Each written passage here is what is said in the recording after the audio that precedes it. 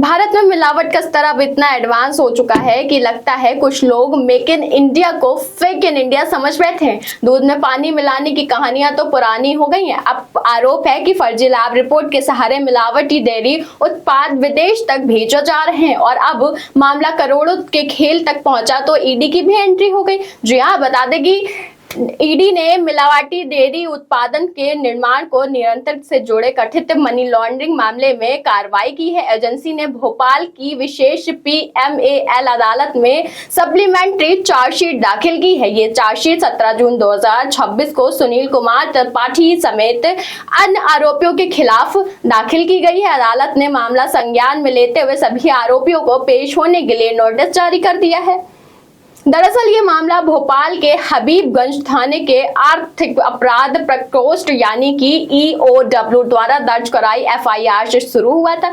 जांच के दौरान MAS Jayashree Gayatri food product private limited के निर्देशों के अधिकारियों और अन्य संबंधित लोगों की भूमिका सामने आई है। ईडी का आरोप है कि कंपनी मिलावटी डेयरी उत्पादन का निर्माण निर्यात कर रही थी। इतना ही नहीं, जांच एजेंसी के अनुसार कंपनी के तत्कालीन CEO सुनील कुमार त्रिपाठी ने अन्य लोगों के साथ मिलकर फर्जी लैब रिपोर्ट तैयार करने का और उनका इस्तेमाल करने का अहम भूमिका निभाई है। इन्हीं रिपोर्ट्स के आधार पर हेल्थ सर्टिफिकेट प्राप्त किए गए हैं और फिर विदेशी बाजार में उत्पादों का निर्माण किया गया। जांच में यह भी सामने आया कि सुनील कुमार त्रिपाठी ने कंपनी के डेयरी उत्पादों को अवैध रूप से स्टॉक में लगाकर रखा हुआ था, उनका गबन किया। इन उत्पादों में उनकी नियंत्रण वाली कंपनी जैसे कि सियाजत एक्सपर्ट्स, सुंगम फूड्स और अन्य फार्म भी के जरिए बेचा जा रहा था। आपको बता दें कि इस मामले में ईडी पहले ही 23 करोड़ रुपए के चल अचल संपत्तियां स्थायी रूप से जब्त कर चुकी है।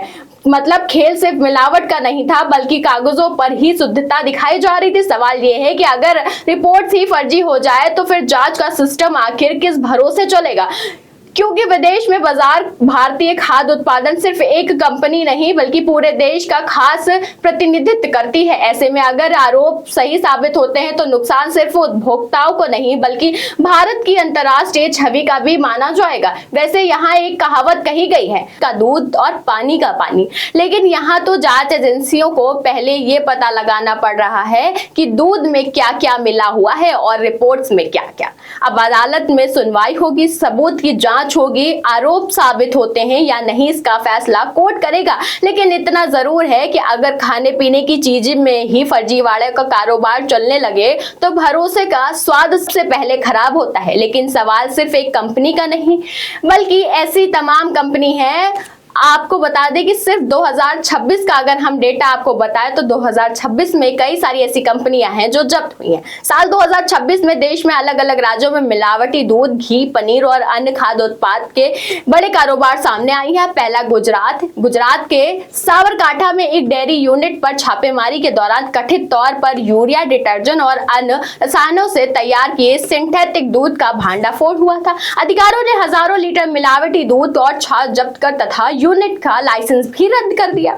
दूसरा मामला है हैदराबाद में एक डेयरी यूनिट में 3000 किलो से अधिक मिलावटी क्रीम, नकली घी बरामद किया गया। इसमें पाम ऑयल और वनस्पति मिलाना का आरोप लगा है। तीसरा है उत्तर प्रदेश के अलीगढ़ में 16 कुंटल कथित नकली पनीर पकड़ा गया। जांच एजेंसियों के अनुसार इसमें डिटर्जेंट और अन्य हानिकारक रसायनों का इस्तेमाल की आशंका जताई गई।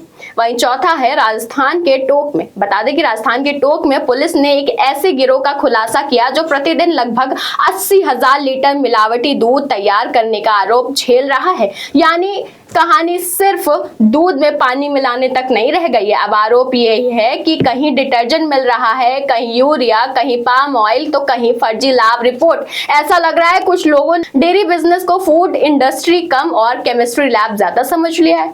और सबसे बड़ा सवाल यह है कि अगर खाने की चीजों की शुद्धता साबित करने वाली रिपोर्ट ही फर्जी निकल जाए तो आम आदमी आखिर भरोसा किस पर करे। फिलहाल ईडी की कार्रवाई ने इस पूरे मामले को फिर चर्चा में ला दिया है। देखना यह होगा कि जांच और अदालत की प्रक्रिया आगे क्या खुलासा करती है। फिलहाल इस खबर में बस इतना ही। ऐसी तमाम खबरों के लिए देखते रहिए जन एक्सप्रेस।